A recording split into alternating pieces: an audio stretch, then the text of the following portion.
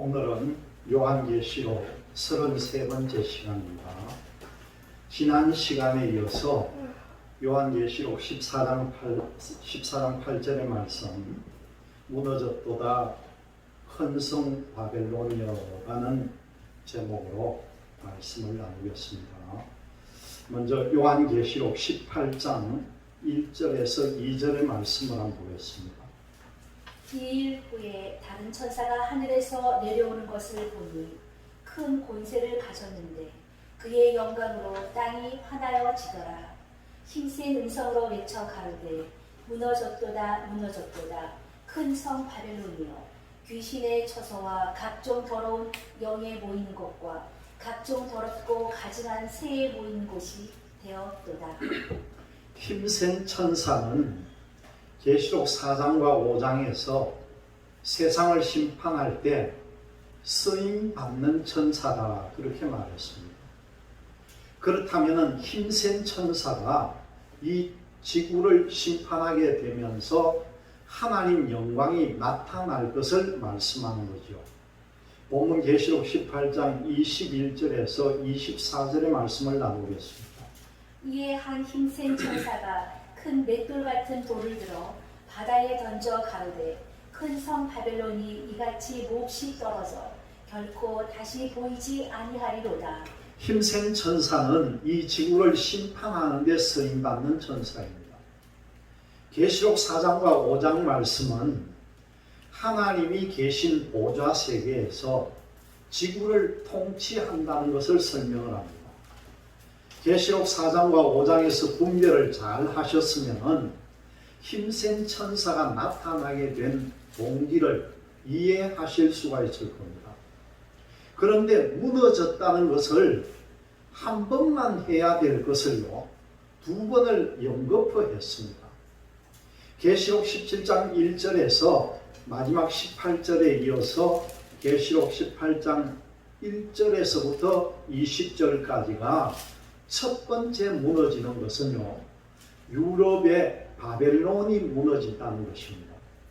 그리고 계시록 18장 21절에서부터 24절까지의 말씀은 전 세계 바벨론이 다 무너지는 것을 설명을 합니다. 또 검고 타는 자와 풍류하는 자와 퉁소 부는 자와 나팔 부는 자들의 소리가 결코 다시 내 가운데서 들리지 아니하고, 물론 어떠한 새 공업자든지 결코 다시 내 가운데서 보이지 아니하고, 또 맷돌 소리가 다시 내 가운데서 들리지 아니하고, 등불빛이 결코 다시 내 가운데서 비치지 아니하고, 신랑과 신부의 음성이 결코 다시 내 가운데서 들리지 아니하리로다. 너의 상보들은 땅의 왕족들이라 내 복수를 인하여 만국이 미혹되도다. 선지자들과 성도들과 및 땅 위에서 죽임을 당한 모든 자의 피가 이 성중에서 보였느니라 하더라. 힘센 천사가 맷돌을 들어 바다에 던지는 것 같이 던지면은 전 세계 바벨론이 바다에 빠지는 것처럼 그 건물들이 다 무너진다는 거죠. 그러면 검은고 타는 소리와 악기 타는 소리도 전혀 들을 수가 없고, 세공업자라는 공장 돌아가는 소리, 그리고 전기 등불도 없고 신랑 신부 결혼식이 없으면 전 세계 모든 것이 멸망한다는 그런 뜻입니다. 첫 번째 무너지는 것은 계시록 17절에서 17장 1절에서 마지막 절하고, 또 계시록 18장 1절에서 20절까지가 첫 번째 무너지는 것입니다. 본문 계시록 18장 2절에서 3절의 말씀입니다. 힘센 음성으로 외쳐 가로되 무너졌도다 무너졌도다 큰 성 바벨론이여. 유럽의 큰 성도 바벨론이고 이 세계도 바벨론이라는 거죠. 세계의 언어도 혼잡합니다. 귀신의 처소와 각종 더러운 영에 모이는 곳과 각종 더럽고 가증한 새의 모이는 곳이 되었도다. 이 유럽이라는 땅이 하나님의 신이 함께 합니까? 더러운 영 귀신이 함께 하고 있다는 거죠. 그 음행의 진노의 포도주를 인하여 만국이 무너졌으며 또 땅의 왕들이 그로 더불어 음행하였으며 땅의 상고들도 그 사치의 세력을 인하여 치부하였도다 하더라. 이어서 본문 계시록 18장 4절의 말씀을 우리가 한번 찾아보겠습니다. 본문 계시록 18장 4절의 말씀. 또 내가 들으니 하늘로서 다른 음성이 나서 가로되 내 백성아 거기서 나와 그의 죄와 참여하지 말고 그의 받을 재앙들을 받지 말라. 음행의 포도주에 취하여 심판을 받습니다. 청촌 남녀들이 망하는 것이 물질 문명에 따라서 컴퓨터나 음란 비디오, 음란의 모든 것을 인해서 젊은 청춘 남녀들이 다 포도주에 취해서 죽어가고 있다는 거죠. 휴대폰을 제일 먼저 만들었던 미국의 이 스티브 잡스, 그렇게 유명한 일을 해놓고도 50대에 죽은 사람입니다. 또 애플이라고 하는 이 회사가 그 모양을 보면요, 그 예쁜 사과가 있고 사과가 완전하지를 못하고 한쪽을 파먹은 모습으로 애플 마크를 만들었습니다. 여러분 한번 생각해 보세요. 상표는 바로 얼굴입니다. 애플이라는 사과가 한쪽으로 파먹어 들어가기에 알아차렸다는 거죠. 바로 그것이 청춘 남녀를 파먹고 들어가고 있는 모습이라는 겁니다. 내 백성아 거기서 나와 그의 죄에 참여하지 말고 그의 받을 재앙들을 받지 말라, 그렇게 말씀합니다. 베드로후서 2장 13절에서 14절의 말씀입니다. 불의 값으로 고리를 당하며 낮에 연락을 기쁘게 여기는 자들이니 점과 흠이라. 너희와 함께 연애할 때에 저희 간사한 가운데 연락하며 음심이 가득한 눈을 가지고 범죄하기를 쉬지 아니하고 굳세지 못한 영혼들을 유혹하며 탐욕에 연단된 마음을 가진 자들이니 저주의 자식이라. 우리가 이런 환경 속에서 살아가고 있습니다. 이렇게 좋은 기계가 더욱더 좋은 방법으로 쓰이면 좋을 것인데 그것이 나쁜 방법으로 더 많이 쓰이고 있다는 거죠. 야고보서 5장 5절에 너희가 땅에서 사치하고 연락하여 도살의 날에 너희 마음을 살찌게 해서 너희들이 스스로 죽이는 일을 하고 있다는 것입니다. 이 도살의 날이 바로 심판의 날이라는 거죠. 무엇 때문에 심판하겠습니까? 바로 이 포도주에 취했기 때문에 심판을 한다는 겁니다. 본문 계시록 18장 4절에서 5절의 말씀을 봅니다. 또 내가 들으니 하늘로서 다른 음성이 나서 가로되 내 백성아 거기서 나와 그의 죄에 참여하지 말고 그의 받을 재앙들을 받지 말라. 사치와 향락을 피하고 그 자리에 물들지 말아가는 거죠. 고난 속에서 하나님께서 역사하십니다. 앞으로 7년 환란 때에 여러분들이 음행으로 인해서 더러운 죄를요 회개하지 않고 들어간다면 고난과 고통이 더 심하다는 것을 깨닫고 지금부터라도 이 음행의 고리를 끊고 절약하시기를 바랍니다. 그 죄는 하늘에 사무쳤으며 하나님은 그의 불의한 일을 기억하신지라. 하나님은 죄 지은 것을 기억하고 있다는 겁니다. 그것을 하늘에 사무쳐 있다, 그렇게 말씀합니다. 에레미야 51장 9절의 말씀을 한번 보겠습니다. 우리가 바벨론을 치료하여 하여도 낫지 아니한즉 버리고 각기 고토로 돌아가자. 그 화가 하늘에 미쳤고 궁창에 달하였음이로다. 지금 그 죄악이 어디에 달했다고 했습니까? 하늘에 사무쳐 있다는 거죠.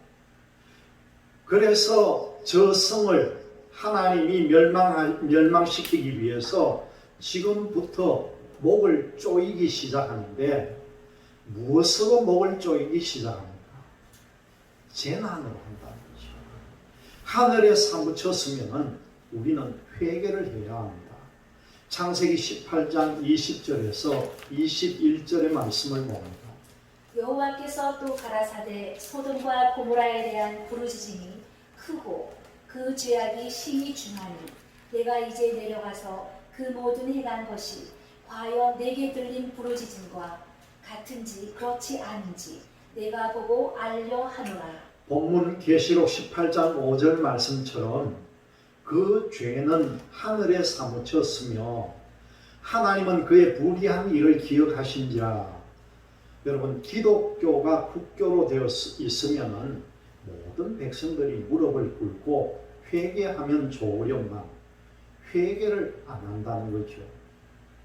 우리나라는 그래도 상암 월드컵 경기장 같은 데서 회개 운동을 하는 것을 볼 때 참 어떤 때는 다행이다 그런 생각이 듭니다. 우리 교계도요, 잘못된 것을 회개합시다 하고 목사님들이 모여서 회개하는 것은 참 좋은 일이라고 생각이 됩니다. 그래서 생각하기는 우리나라도 우리 기독교 교계는 이스라엘처럼요, 매년 7월 10일 그 하루를 금식령을 선포를 하고 우리가 지었던 죄를 그 1년에 한 번씩이라도 깨끗하게 씻으면 얼마나 좋겠느냐 그런 생각을 해봅니다. 우리 기독교만이라도 이 7월 10일, 이스라엘은 7월 10일을 지키는데 우리도 7월 10일로 하든지 아니면 우리 제일 좋은 날 하루를 택해서 전 국민 기독교인 회개의 날이라고 선포를 하고 금식하고 회개하면은요, 하나님께서 분명히 역사를 해주시리라고 믿습니다.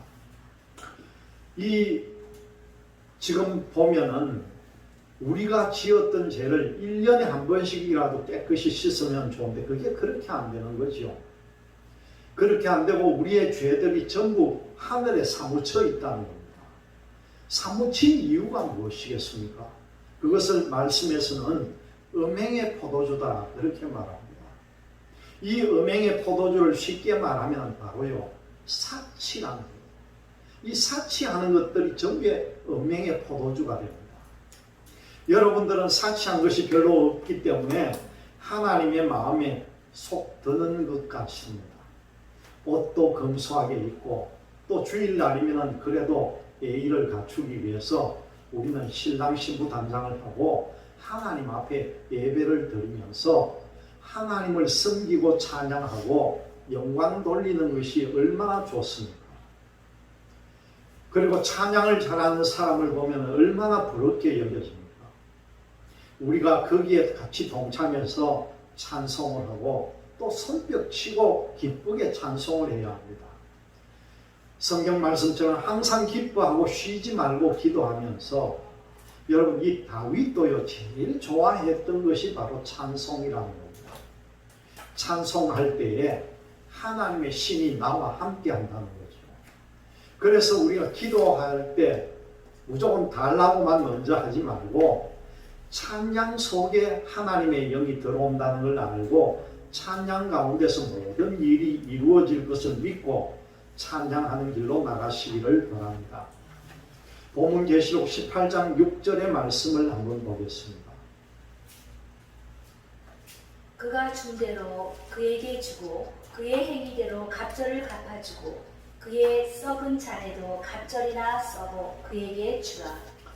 본문에서 왜 재앙을 갑절이나 쏟아부었습니까? 하나님의 뜻을 알지 못하고 죄를 지으면요, 매를 적게 맞습니다. 하나님의 뜻을 알고도 죄를 많이 지으면요, 매를 갑절로 갚아준다는 거죠. 여러분들은 하나님의 뜻을 알고 계십니까?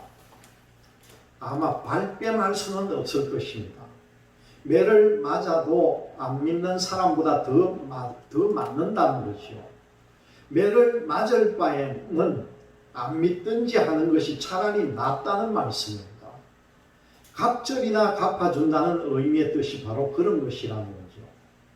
안 믿는 사람은 행한 대로 받지만은 예수를 믿고 의의 도를 알고도 범죄하니까 귀신이 7마리가 더 들어가서 전에 한 마리와 8마리 귀신이 들어가니까 형편이 전보다 더 나빠졌다는 사실입니다.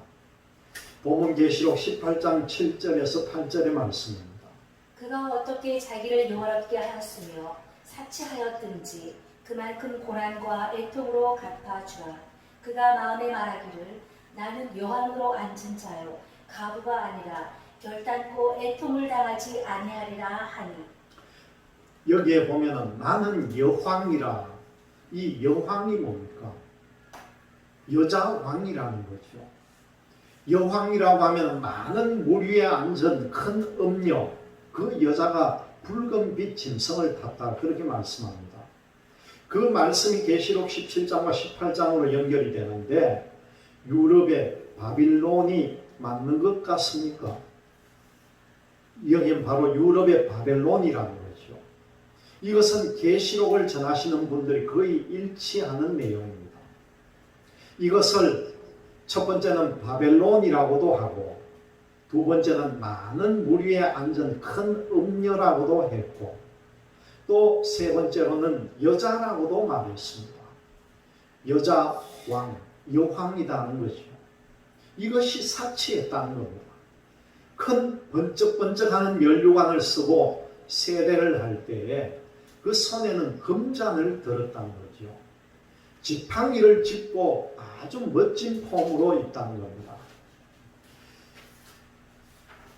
말씀 가운데 보면 그가 어떻게 자기를 영화롭게 하였으며 이 왕의 자리에 앉았으면 자기를 영화롭게 했을까요? 자기가 고난과 고통을 당하면서 복음을 전했을까요?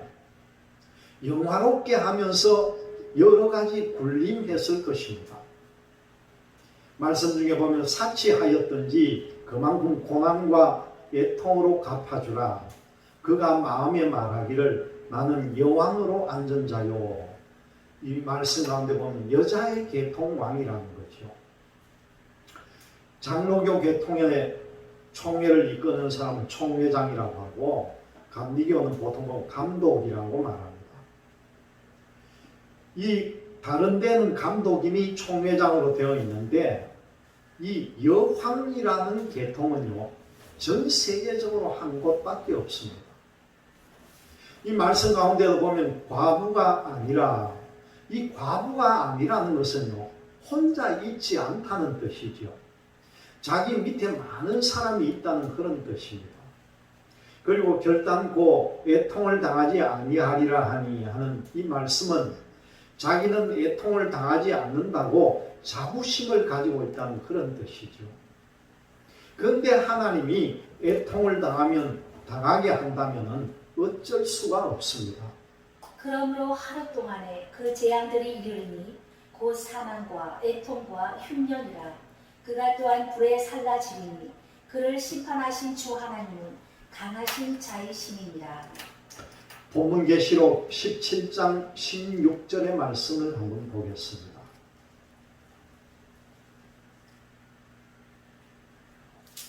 내가 본 바 이 열불과 짐승이 음녀를 미워하여 망하게 하고 벌거벗게 하고 그 살을 먹고 불로 아주 사르리라. 불로 사르는 이유는 믿는 신앙인들이 음행으로 범죄하면은 음행의 심판은 불로 사르는 재앙이라는 겁니다. 그 말씀은요 레위기 21장 9절에도 나옵니다. 하나님은 그대로 지키신다는 거죠. 오늘 본문 계시록 18장 9절의 말씀을 봅니다. 그와 함께 음행하고 사치하던 땅의 왕들이 그 불붙는 연기를 보고 위하여 울고 가슴을 치리라.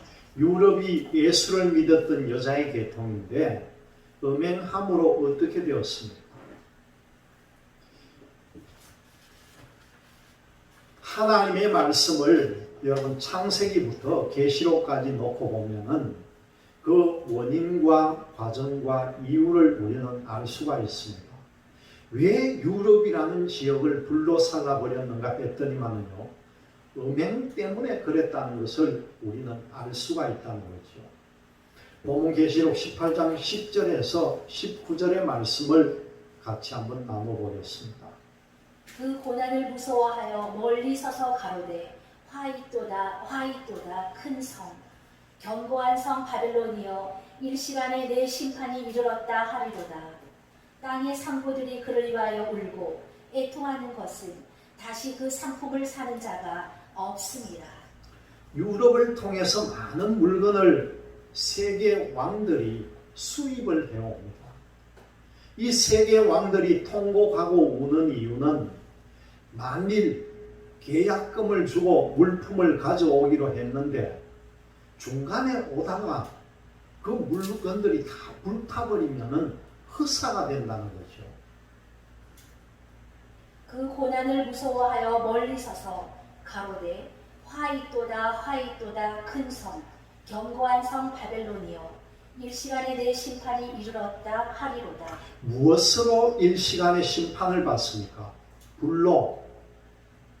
땅의 상고들이 땅의 상고면은 그 수입업체를 말합니다. 그를 위하여 울고 애통하는 것은 다시 그 상품을 사는 자가 없음이라. 불타버리면은 유럽의 상품은 더 이상 살 수가 없습니다. 그 상품은 금과 은과 보석과 진주와 각종 귀금속이죠. 세마포와 자주 옷감과 비단과 붉은 옷감이 이것은 의류를 말합니다. 각종 향목과 각종 상아 기명이요 값진 나무와 진유와 철과 옥석으로 만든 각종 기명이요 각종 장식품,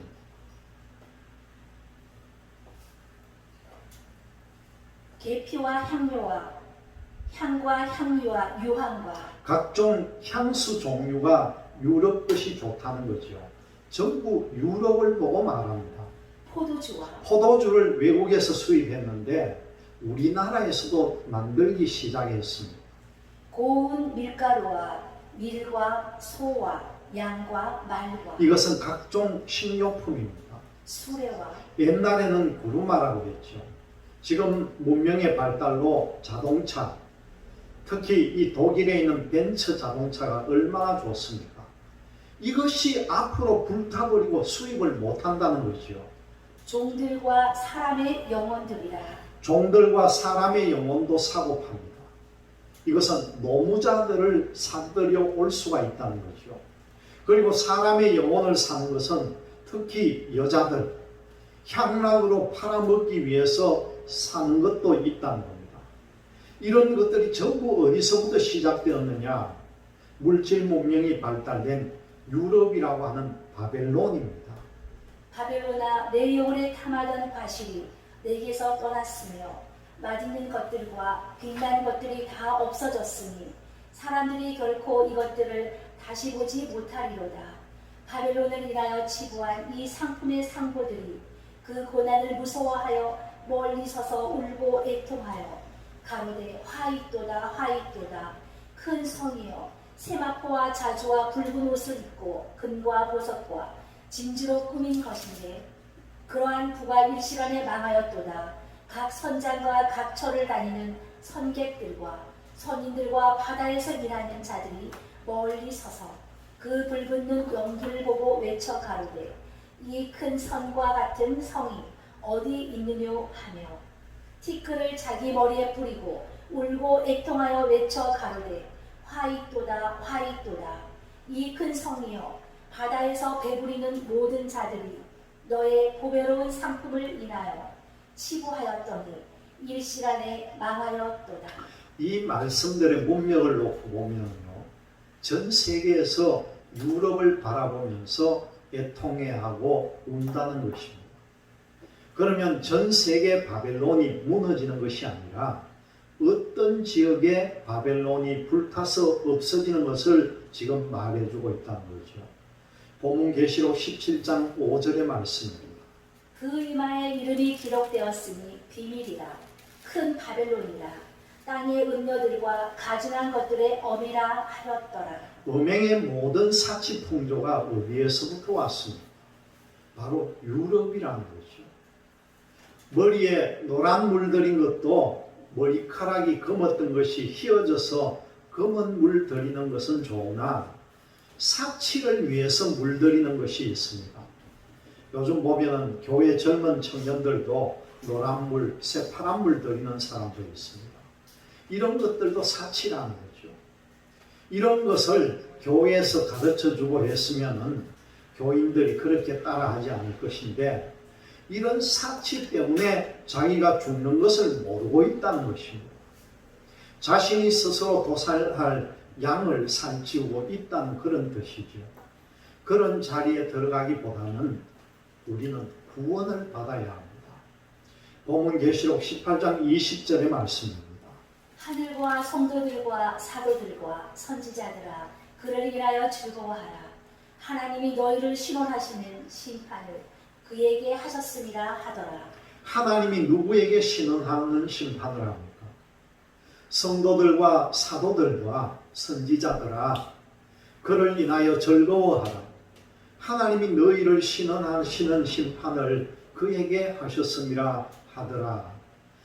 계시록 6장 9절에서 11절에 다섯째 인을 떼었을 때에 신원하는 심판을 해주었다는 것입니다. 계시록 6장 9절에서 11절의 말씀입니다. 다섯째 인을 떼실 때에 내가 보니 하나님의 말씀과 저희의 가진 증거를 인하여 죽임을 당한 영혼들이 제단 아래에 있어 큰 소리로 불러 가로되 거룩하고 참되신 내 주제여 땅에 거하는 자들을 심판하여 우리 피를 신원하여 주지 아니하시기를 어느 때까지 하시려 하나이까 하니 각각 저희에게 흰 두루마기를 주시며 가라사대 아직 잠시 동안 시되 저희 동무종들과 형제들도 자기처럼 죽임을 받아 그 수가 차기까지 하라 하시더라.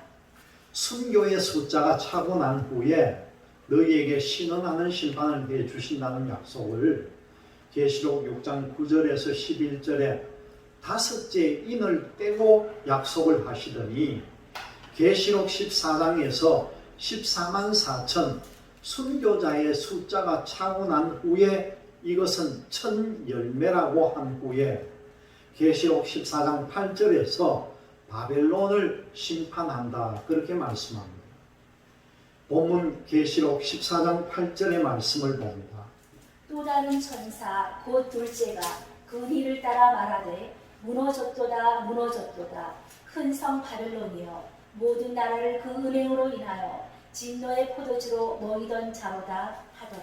이 계통이 어디인지 추적을 해본 결과에 계시록 17장과 18장에서 비밀이라고 했던 바벨론이요 또 음이라고 했던 것은 다른 말로 하면 큰 음료요 여자라는 계통입니다. 이것을 마태복음 24장 24절에 적그리스도의 계통이다 그렇게 말합니다. 여러분 앞으로 7년 환란 가운데 우리들의 적은 누구이겠습니까? 큰 바벨론이라는 거죠. 이 큰 바벨론 계통이 우리들을 죽이러 온다고 하니까 얼마나 안타까운 사건인지 아시기를 바랍니다. 계시록 13장에 나오는 거짓 선지자는 이슬람 계통입니다. 유럽에서 이슬람 계통과 적그리스도 여왕이라는 계통도 하나가 되고 있습니다. 우리들을 죽이려 오는 적이 누군지 아는 것이 좋다는 거죠. 지금은 쪼무레기 작은 집단 이단들이 우리들을 잡으러 오는 것이 아니라 거대한 집단의 계통에 거짓 선지자가 있고 거대한 집단 계통에 적그리스도가 있다는 것입니다. 세계를 1260일 동안 통치하게 될 그 계통에서 앞잡이 노릇할 대상자가 바로 적그리스도와 거짓 선지자라는 거죠. 계시록 6장에서 다섯째 인을 떼고부터 그 답을 성경 전체적으로 따져놓고 보았더니 그 숫자가 찬 것이 계시록 14장 1절에서 5절의 말씀에 그 숫자가 찼습니다. 이 사람들은 처음 익은 열매로 하나님과 어린 양에 속한 사람이라 그렇게 말씀합니다. 복음을 전하는데 유럽에서 약 10차례나 핍박하는 가운데 얼마나 많은 사람들이 죽었습니까? 특히 또 독일 나치 정권에서는 얼마나 죽었습니까? 약 600만의 유대인이 죽었다 그렇게 말합니다.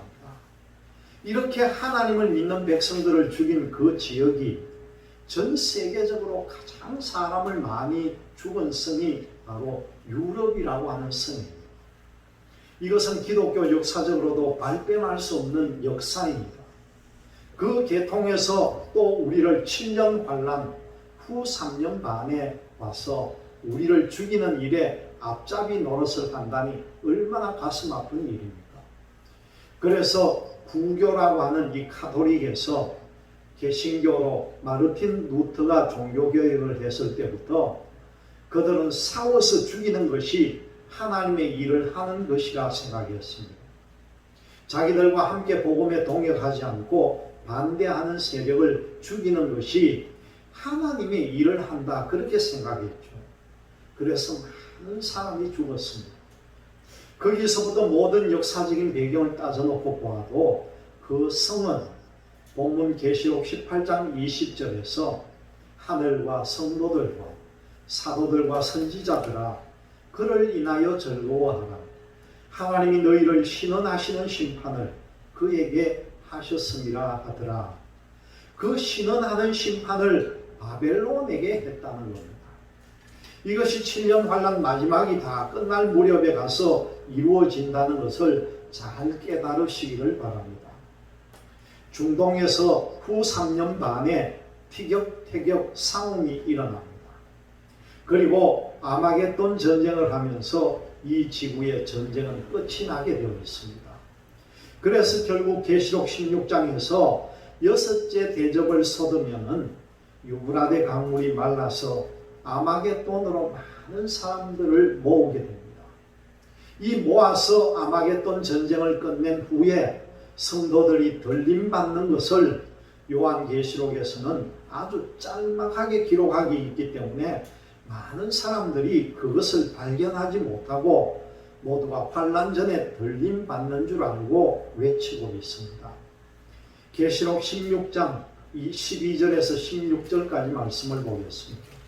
또 여섯째가 그 대접을 큰 강 유브라데에 쏟으니 강물이 말라서 동방에서 오는 왕들의 길이 예비되더라.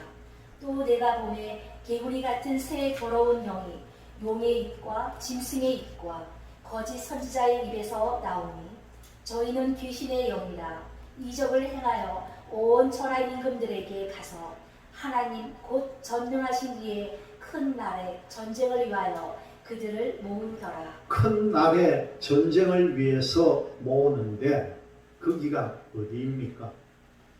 이걸 건너뛰어 가지고 16절에 새 영이 히브리어로는 아마겟돈이라 하는 곳으로 왕들을 모으더라, 그런 말씀이 나옵니다. 이것은 바로 아마겟돈 전쟁이라는 거죠. 15절에 보라 내가 도적같이 오리니 아직 예수님이 오시지 않았다는 겁니다. 그런데 첫째 나팔 불었습니다. 둘째 나팔, 셋째 나팔, 넷째 나팔, 다섯째까지 쏟았습니다. 그런데도 아직 예수님이 오시지 않았다는 거죠. 그런데 이게 환란 전에 들림 받는다는 것이 맞느냐는 겁니다. 그것은 아니라는 거죠. 환란 중에 들림 받는 것도 아닙니다. 보라 내가 도적같이 오리니 누구든지 깨어 자기 옷을 지켜 벌거벗고 다니지 아니하며 자기의 부끄러움을 보이지 아니하는 자가 복이 있도다. 이제 예수님이 여섯째 대접을 유브라데 강에 쏟은 후에 아마겟돈으로 왕들을 모아놓고 전쟁을 한 다음에 예수님이 오실 것이란 그런 예언입니다. 마태복음 24장 15절에서 28절까지가 유대 땅에 있는 아마겟돈 전쟁, 머깃도 전쟁이 유대에서 있는데 이것이 창세 이후에 없게 될 그런 전쟁입니다. 세 가지로 말합니다. 첫 번째는 창세 이후로 없게 될 유대 땅, 두 번째는 계시록에서는 아마겟돈, 세 번째는 에스겔 선지자를 통해서 말하는 머깃도라는 것입니다. 이 내용은 전부 한 곳을 말합니다. 마태복음 24장 15절에서 31절까지 말씀을 나눕니다. 그러므로 너희가 선지자 다니엘의 말한 바 멸망에 가증한 것이 거룩한 곳에 선 것을 보거든 읽는 자는 깨달을진저 그때의 유대에 있는 자들은 산으로 도망할지어다. 그때에 유대에 있는 자들은 산으로 도망하라는 거죠. 유대에 있는 자들이니까 우리도 도망해야 됩니까? 여러분, 우리는 아니라는 사실입니다. 지금 우리는 한국 땅에 살고 있지 유대 땅에 살고 있지가 않다는 것이죠. 이 말씀은 바로 아마겟돈 전쟁입니다. 지구 위에 있는 자는 집안에 있는 물건을 가질러 내려가지 말며 밭에 있는 자는 겉옷을 가질러 뒤로 돌이키지 말지어다. 그날에는 아이 벤 자들과 젖먹이는 자들에게 화가 있으리로다. 너희의 도망하는 일이 겨울에나 안식일에 되지 않도록 기도하라. 이는 그때에 큰 환난이 있겠습니다. 창세로부터 지금까지 이런 환난이 없었고 후에도 없으리라. 그 날들을 감하지 아니할 것이면 모든 육체가 구원을 얻지 못할 것이나 그러나 택하신 자들을 위하여 그 날들을 감하시리라. 날짜를 감한다는 것은 전 세계적으로 감하는데 육체를 가진 사람이 구원을 받는다는 것이 어떤 대상을 보고 말했습니까? 산으로 도망한 사람의 대상을 말했습니다. 이미 계시록에서 감해진 날짜가 1260일이요 42달입니다. 그때에 사람이 너희에게 말하되 보라 그리스도가 여기 있다 혹 저기 있다 하여도 믿지 말라. 거짓 그리스도들과 거짓 선지자들이 일어나 큰 표적과 기사를 보이어 할 수만 있으면 택하신 자들도 미혹하게 하리라. 보라 내가 너희에게 미리 말하였노라. 그러면 사람들이 너희에게 말하되 보라 그리스도가 광야에 있다 하여도 나가지 말고 보라 골방에 있다 하여도 믿지 말라. 번개가 동편에서 나서 서편까지 번쩍임 같이 인자의 이남도 그러하리라. 주검이 있는 곳에는 독수리들이 모일지니라. 나이가 드신 분들은 알 것인데 옛날에 시골에서 초상이 나면은 그 초상난 집 지붕 그 하늘 위로 공중에서 까마귀가 3일 전부터 깍깍 울기 시작한다 그런 말이 있습니다. 그러면 3일 이내에 그 동네에 초상이 난다 그렇게 사람들이 말하죠. 그와 같이 공중에 독수리떼가 유대 땅에 모여드는 것을 보면은 유대에 있는 사람들은 산으로 빨리 도망하라는 겁니다. 소돔과 고모라가 멸망당할 때에 해가 돋으면은 유황불비가 내리는 것처럼 빨리 소알성까지 피하라고 했던 이 천사의 말처럼 유대 땅에 있는 사람들은 도망하는 일이 그렇게 급하기 때문에 아이 뵌 사람은 빨리 도망할 수가 없는 거죠. 이 말씀은 있는 그대로 보시면 됩니다. 우리 한국에는 이 내용이 해당이 되지 않습니다. 이 말씀은 유대 땅에만 해당이 되는 일입니다. 이것이 아마겟돈 전쟁입니다. 그날 환난 후에 즉시 해가 어두워지며 달이 빛을 내지 아니하며 별들이 하늘에서 떨어지며 하늘의 권능들이 흔들리리라. 그때의 인자의 징조가 하늘에서 보이겠고 그때의 땅의 모든 족속들이 통곡하며 그들이 인자가 구름을 타고 능력과 큰 영광으로 오는 것을 보리라. 저가 큰 나팔 소리와 함께 천사들을 보내리니 저희가 그 택하신 자들을 하늘 이 끝에서 저 끝까지 사방에서 모으리라. 예수님께서 공중에 언제 나타납니까? 아마겟돈 환난 후에 나타난다는 거죠. 7년 마지막 환난 끝에 예수님께서 나타나십니다. 환난 전에 들림받는 것은요, 성경 어디를 봐도 없습니다. 사람의 생각만 가지고 자꾸 우겨댑니다. 7년 환난은 핵전쟁이라고 하는데 핵전쟁이 아니라고 말씀드렸습니다. 그렇다면 여러분은 7년 환난에 들어가야 되는데 7년 환난에 들어가려면 여러분들이 구원받아야 될 조건이 무엇이겠습니까? 여러분들의 이름이요 하늘나라 생명책에 기록이 되어 있는데도 육체적인 삶을 살았다면 여러분들의 이름은 지워져 있다는 거죠. 계시록 3장 1절에서 5절의 말씀을 나눕니다. 사대교회 사자에게 편지하기를 하나님의 일곱 영과 일곱 별을 가진 네가 가라사대 내가 내 행위를 아노니 내가 살았다 하는 이름은 가졌으나 죽은 자로다. 내 이름이 하늘나라 생명책에 기록된 것은 분명했습니다. 하나님은 산자의 하나님입니다. 그런데 죽었으면 이름이 지워졌다는 거죠. 너는 일깨워 그 남은 바 죽게 된 것을 굳게 하라. 내 하나님 앞에 내 행위에 온전한 것을 찾지 못하였노니 그러므로 내가 어떻게 받았으며 어떻게 들었는지 생각하고 지켜 회개하라. 만일 일깨지 아니하면 내가 도적같이 이르리니 어느 시에 내게 임할는지 내가 알지 못하리라. 그러나 사대에 그 옷을 더럽히지 아니한 자 몇 명이 내게 있어 흰 옷을 입고 나와 함께 다니리니 그들은 합당한 자인 영고라. 이기는 자는 이와 같이 흰 옷을 입은 것이요 내가 그 이름을 생명책에서 반드시 흐리지 아니하고 그 이름을 내 아버지 앞과 그 천사들 앞에서 시하리라. 이름이 생명책에서 흐리지 아니하리라 했으면은 반대로 흐려지게 한다는 것입니다. 세상을 이기지 못하고 옷이 더러워졌으면 이름이 지워진다는 말입니다.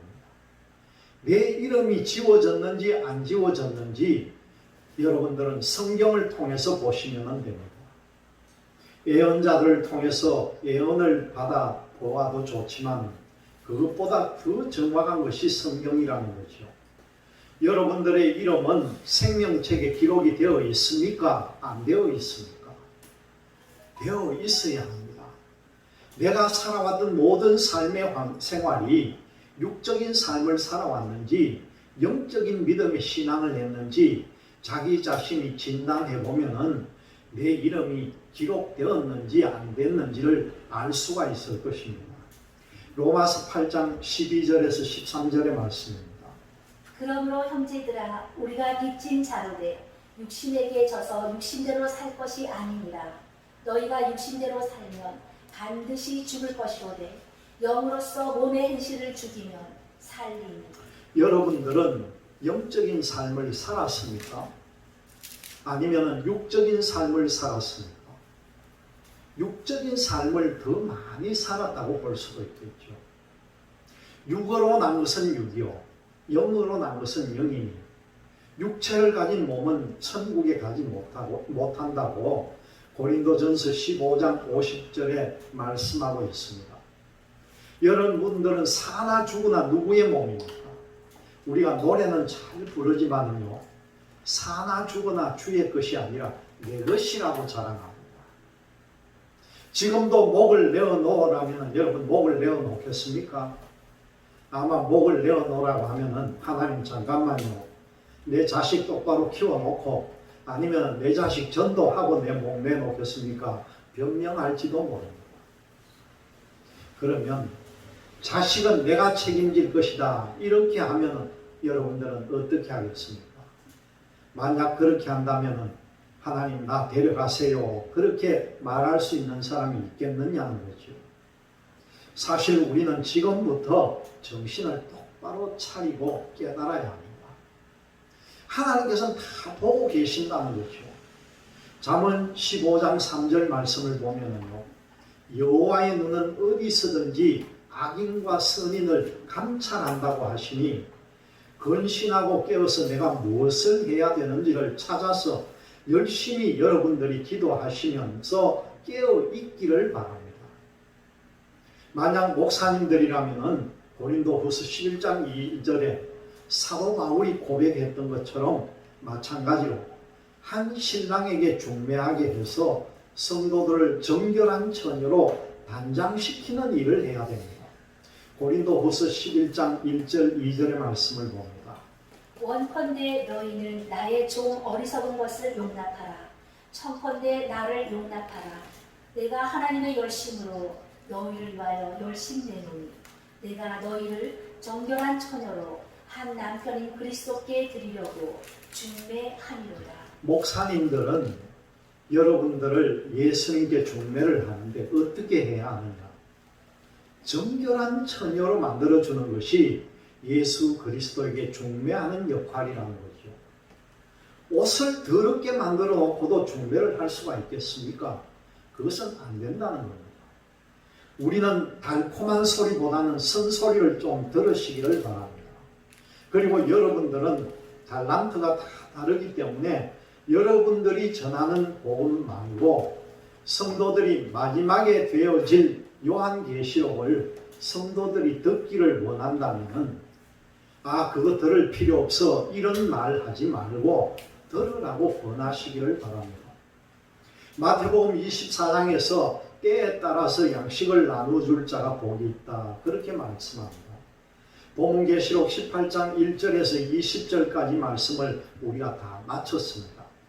이제 계시록 18장 21절에서 24절까지는요 전 세계에 있는 바벨론이 무너진다는 것입니다. 복음계시록 18장 21절에서 24절의 말씀을 나누겠습니다. 이에 한 힘센 천사가 큰 맷돌 같은 돌을 들어 바다에 던져 가로되 큰 성 바벨론이 이같이 몹시 떨어져 결코 다시 보이지 아니하리로다. 여기에 바벨론이면 전 세계를 말합니다. 부산의 최고 높은 빌딩이 앞으로 얼마 있지 않으면 보이지 않는 세상이 된다는 거죠. 지금 아파트 때문에 난리를 지기고 있는데 저런 것들이 얼마 있지 않으면 전부 땅속으로 다 들어간다는 것입니다.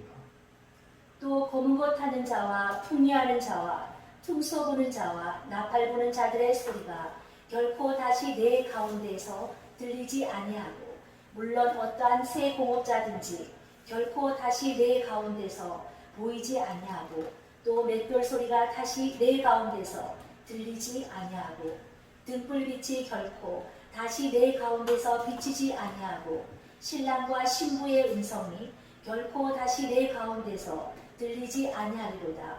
너의 상보들은 땅의 왕족들이라. 내 복수를 인하여 만국이 미혹되었도다.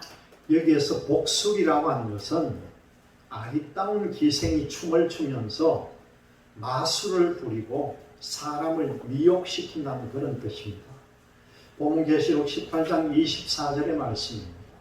선지자들과 성도들과 및 땅 위에서 죽임을 당한 모든 자의 피가 이 성중에서 보였느니라 하더라. 이 성이 어디에 있는 성입니까? 유럽에 있는 바벨론에서 그러면은 계시록 18장 21절에서 23절까지 말씀은 전 세계 바벨론이 다 무너지는 것을 말씀하고 있습니다. 여기까지 계시록 14장 8절의 말씀을 마쳤습니다. 이제 계시록 14장 9절에서 20절까지의 말씀을 한번 봅니다. 또 다른 천사 곧 셋째가 그 뒤를 따라 큰 음성으로 가라되 만일 누구든지 짐승과 그의 우상에게 경배하고 이마에나 손에 표를 받으면 그도 하나님의 진노의 포도주를 마시리니 그 진노의 잔에 섞인 것이 없이 부은 포도주라. 거룩한 천사들 앞과 어린 양 앞에서 불과 유황으로 고난을 받으리니 그 고난의 연기가 세세토록 올라가리로다. 짐승과 그의 우상에게 경배하고 그 이름의 표를 받는 자는 누구든지 밤낮 쉼을 얻지 못하리라 하더라. 성도들의 인내가 여기 있나니 저희는 하나님의 계명과 예수 믿음을 지키는 자니라. 9에서 12절까지는 7년 환란 후 3년 만에 이 짐승의 표를 받으면 안 되고 또 우상에게 절하면 진노의 포도주를 받게 되고 유황으로 세세토록 고난을 받으면 지옥 간다는 그런 내용입니다. 그러면은 어떤 사람들은요, 그러면 목사님 짐승의 표를 받고 굶어 죽게 생겼으니까 슈퍼에 가서 음식을 사서 먹고 그런 후에 회개하고 다시 짐승의 표를 안 받으면 되지 않습니까? 이렇게 질문할 수도 있습니다. 그때는 한 번 범죄하면 회개가 잘 안 된다는 겁니다. 짐승의 표는 이마나 손에 꼭 받는다고 하는데 지금 미국에서는요, 이 베리칩이라고 하는 것이 등장이 되어가지고 그것을 새기지 않으면 물건을 매매를 못하는 그런 일들이 시작이 된다고 하는데 그런 것이 맞느냐고 질문하는 사람들이 있습니다. 아직까지는 이 짐승의 666의 표는 안 나타났습니다. 그러면 언제 나타나느냐? 계시록 13장을 놓고 보면은 후 3년 반에 있을 일입니다. 그때 가서 666 짐승의 표를 받고 물건을 사고 팔면은 안 된다는 거죠. 이것은 실제적인 일입니다. 물건을 사고 파는데 영적인 물건이 있습니까? 육적인 물건을 사야 먹고 산다는 거죠. 이 짐승의 표를 받는 시대가 언제인가 봤더니 7년 환란 후 3년 반에 그렇게 된다는 것을 계시록 13장 4절부터 보면 됩니다. 계시록 13장 14절에서 18절까지의 말씀입니다. 짐승 앞에서 받은 바 이적을 행함으로 땅에 거하는 자들을 미혹하며 땅에 거하는 자들에게 이르기를 칼에 상하였다가 살아난 짐승을 위하여 우상을 만들라 하더라. 저가 권세를 받아 그 짐승의 우상에게 생기를 주어 그 짐승의 우상으로 말하게 하고 또 짐승의 우상에게 경배하지 아니하는 자는 몇이든지 다 죽이게 하더라. 저가 모든 자, 곧 작은 자나 큰 자나 부자나 빈궁한 자나 자유한 자나 종들로 그 오른손에나 이마에 표를 받게 하고 그 표를 받게 하는데 이마에나 오른손에 꼭 받게 한다는 거죠. 누가 받게 합니까? 그 일을 꾸미는 것이 바로 적그리스도와 거짓 선지자가 그렇게 한다는 거죠. 지금 적그리스도와 거짓 선지자가 등장이 되었습니까? 안 되었습니까? 아직은 안 되었습니다. 누구든지 이 표를 가진 자 외에는 매매를 못하게 하니 이 표는 곧 짐승의 이름이나 그 이름의 수가 지혜가 여기 있으니 총명 있는 자는 그 짐승의 수를 세어보라. 그 수는 사람의 수니 666이니라. 이 말씀은요, 계시록 13장에서 벌써 말씀을 다 드렸습니다. 본문 계시록 14장 9절에서 12절까지는 7년 환란 가운데는 목사님을 만날 수가 없고 목사님과 같이 신앙생활도 할 수가 없고 교회도 나올 수가 없는 때가 됩니다. 그렇다면 우리가 어디서 신앙생활을 할 수 있다는 것이냐? 각자 개인의 집에서 하나님이 우리를 직접 양육하는 그런 시대가 옵니다. 이 양육이라고 하는 것은 우리를 먹여주고 살려준다는 것이죠. 여러분들은 하나님의 말씀을 믿으십니까? 약속한 말씀은 철저하게 믿으셔야 되는 겁니다. 사람의 소리를 믿는 것은 하나님을 믿는 것이 아니라는 거예요. 여러분들은 그대로 될 것을 믿으시기를 바랍니다. 후 3년 반의 성도들이 꼭 지켜야 될 것은요, 첫 번째로 짐승의 표를 받지 말아야 합니다. 두 번째로는 그 짐승의 우상에게 절하지 말아야 합니다.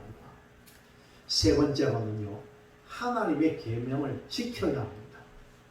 하나님의 계명이 짐승에게 절하지 않고 짐승의 표를 받지 않는 것이 계명을 지키라는 거죠.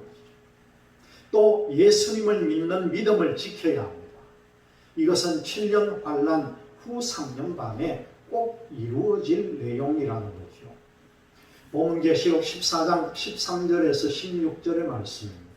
또 내가 들으니 하늘에서 음성이 나서 가로되 기록하라. 지금 이후로 주 안에서 죽는 자들은 복이 있도다 하시니 성령이 가라사대 그러하다 저희 수고를 그치고 쉬리니 이는 저희의 행한 일이 따름이라 하시더라. 7년 환란 후 3년 반에 죽은 사람이 있는데 이 죽는 사람이 있는데 그 사람에게 복이 있다는 거죠. 이 복이 무슨 복입니까? 바로 순교한 복입니다. 7년 환란 가운데서 1260일 동안 하나님이 양육하시면은 죽여서 양육합니까? 살려서 양육한다는 거죠. 그런데 죽는 사람이 있다면 이것은 바로 순교당할 사람이 죽는다는 거죠. 여러분들이 7년 환란 후 3년 반에 가서 만약에 적그리스도에게 잡혀가서 순교를 하든지 거짓 선지자에게 잡혀가서 순교하든지 정부 권세자들에게 잡혀가서 고문을 받고 취조를 받고 목숨을 잃는다 할지라도 정말 예수 그리스도를 믿는 믿음을 지키고 짐승의 우상에게 절하지 않고 여러분들을 죽이는 원수를 원수로 갚지 말고 사랑으로 대하면은 저들의 죄를 불쌍히 여기옵소서 하고 여러분들 기도하고 죽는다면은 바로 순교의 죽음이 된다는 겁니다. 나를 주리를 털고 콧구멍에다가 고춧가루를 집어넣고 손톱을 하나하나 빼면서까지 정말 이를 갈게 만들어 놓으면은 어떻게 합니까? 그때도 우리는요, 하나님 지금도 살아계십니까? 저들에게 불을 내려주세요. 이렇게 원망하지 말고 순교하는 자리에 저들의 죄를 용서해달라고 기도하는 그런 신령을 가지라는 거죠.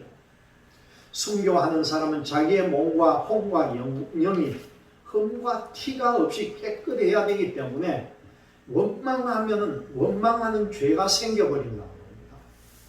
그런 죄를 범하지 않기 위해서는 지금부터 하나님의 말씀을 깨닫고 원수를 사랑할 수 있는 거기까지 하나님의 계명을 지키고 사람의 계명을 지키면서 온전하게 되는 자리에 들어간다는 것입니다. 그것을 보고 자금 이후로 죽은 사람들은 복이 있도다. 저희 수고를 거치고 쉬림이 바로 안식 세계로 들어갔다는 말씀입니다. 또 내가 보니 흰 구름이 있고 구름 위에 사람의 아들과 같은 이가 앉았는데 그 머리에는 금 면류관이 있고 그 손에는 이한 낫을 가졌더라. 또 다른 천사가 성전으로부터 나와 구름 위에 앉은 이를 향하여 큰 음성으로 외쳐 가로되 내 낫을 휘둘러 거두라.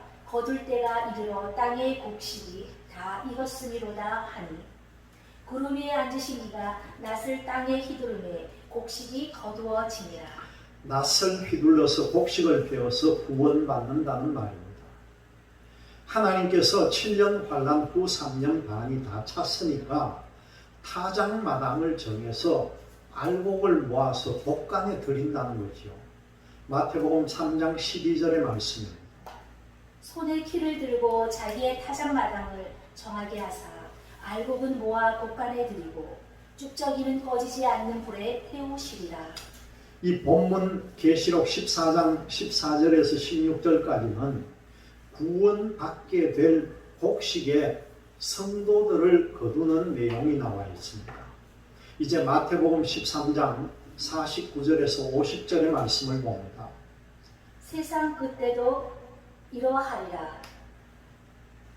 천사들이 와서 의인 중에 악인을 갈라내어 풀물에 던져 넣으리니 거기서 울며 이를 갈미 있으리라. 의인 중이면은 믿는 사람 중에서 악인이 있고 알곡이 있고 또 쭉정이가 있다는 그런 뜻이죠. 쭉정이는 꺼지지 않는 불에 들어가고 알곡은 하나님이 거두어 드린다는 말씀입니다. 여러분들은 모두가 다 이 알곡이 되시기를 바랍니다.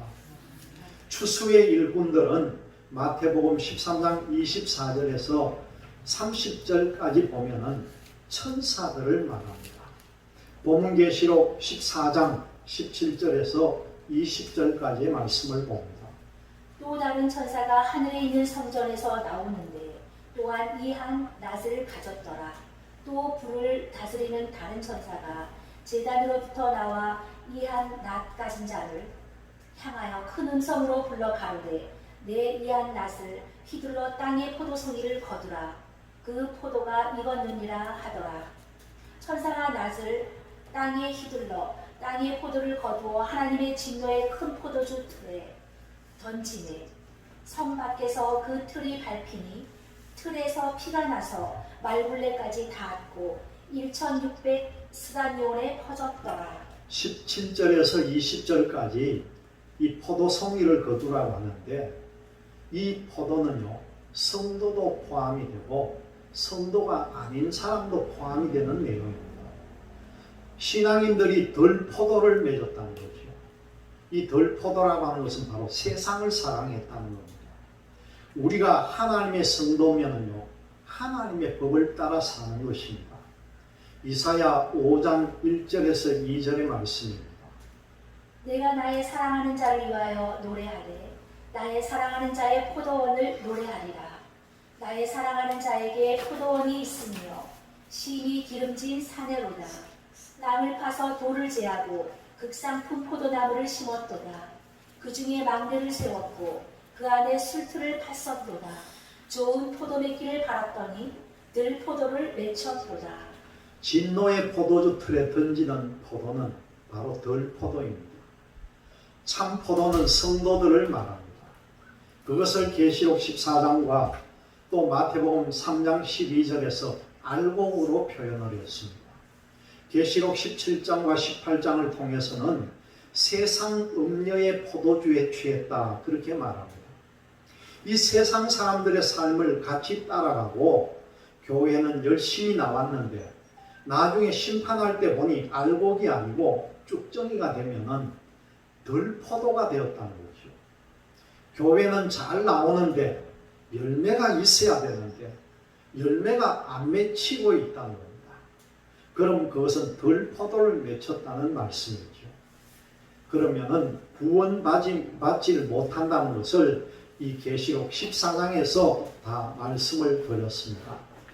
이제 다음 시간에는 마지막 재앙에 대해서 말씀을 나누기로 하겠습니다.